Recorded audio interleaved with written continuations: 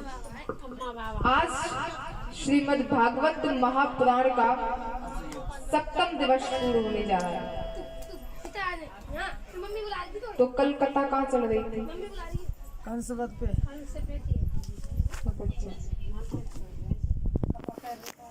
कल भगवान ने कंस मारा।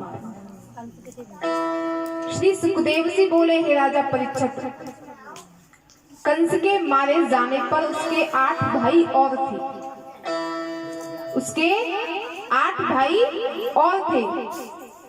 वे सभी अपने भाई का बदला लेने के लिए भगवान की तरफ दौड़े। तो बलराम जी ने एक पर्ग उठा करके उन्हें मार डाला। बलदाऊ भैया और कृष्ण भगवान की बातें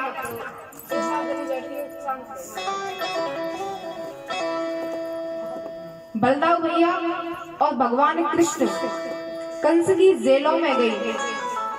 वहां जाकर उन्होंने अपनी माता देवकी और वसुदेव की हथकड़ी बेड़ियां खोली, उन्हें आजाद किया और नाना उग्रसेन के पास जाकर के कहने लगे, नाना श्री, कि कंस दुष्ट को मारो आज, नाना जी अब कीजिए राज। इतना कहकर मक्खी सी बना रही है। इतना कहकर भगवान ने अपने कर कमलों से उग्रसेन जी का राज्य तिलक कर दिया। कंस की अस्थि और प्राप्ति नाम की 2 पत्नी थी। अस्थि और प्राप्ति नाम की 2 पत्नी थी, जो मगध के राजा जरासंध की बेटी थी।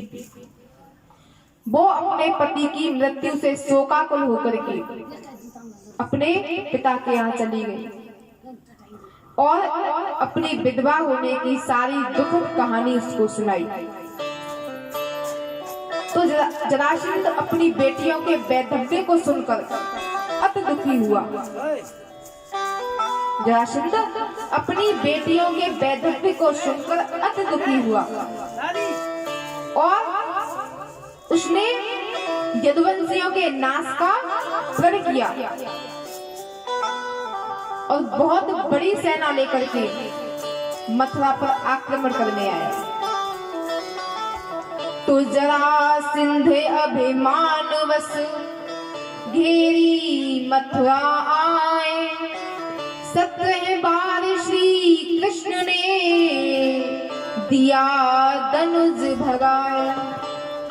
एक बार नहीं, 17 बार जरासंध ने मथुरा पर आक्रमण किया, लेकिन हर बार भगवान ने उसे पराजित किया।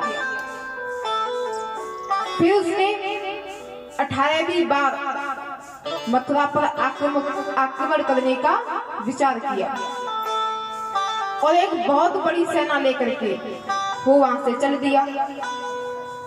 इधर देवर्षि नारद जी द्वारा भेजा हुआ काल्यावर अपनी 3 करोड़ सेना को लेकर मथुरा पर आक्रमण करने आया।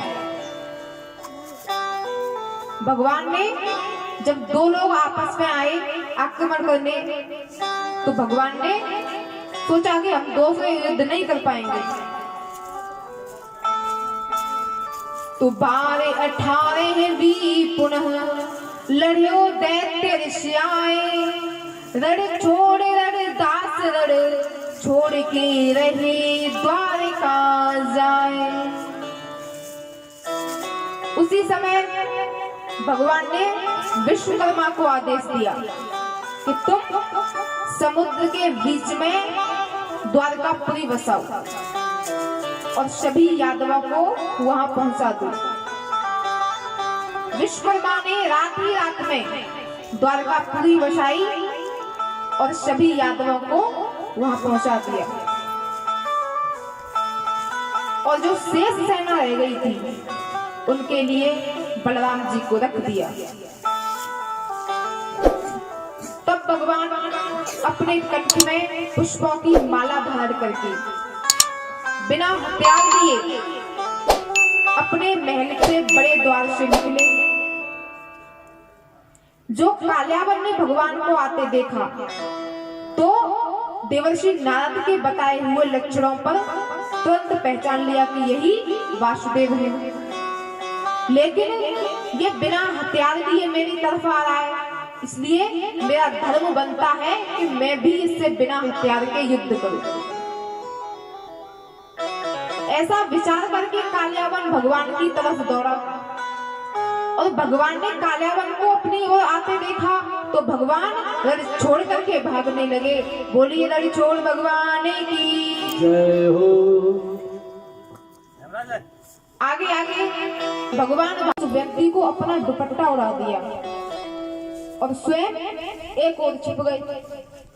इधर काल्यावन आ रहा था दौड़ता हुआ, उसने उस व्यक्ति को सोते देखा, क्योंकि भगवान ने उसे दुपट्टा उड़ा दिया, वो समझा कि कृष्ण ही सो रहा है यहाँ पर। उस व्यक्ति ने, काल्यावन ने उस व्यक्ति में एक लात मारी और कहा, अरे दुष्ट, भाग करके यहाँ सोया है। वो व्यक्ति लात की चोट से हड़बड़ा करके उठा और उसकी दृष्टि काल्यावन पर पड़ी। काल्यावन तत्काल भस्म हो गया है। बोलो आनंद कंद भगवान की जय हो। अब आप लोग सोच रहे होंगे कि वो व्यक्ति कौन था जिसकी दृष्टि पड़ते ही काल्यावन तत्काल भस्म हो गया। तो ये इक्ष्वाकु वंश में महाराज मांधाता के पुत्र मुचकुंद थे। ये परम भक्त कर्मवीर श्रेष्ठ थे, महान थे। एक बार इंद्र आदि सभी देवता असुरों ने अधिक सताए, तब इन्होंने ही कई बार उनकी रक्षा की।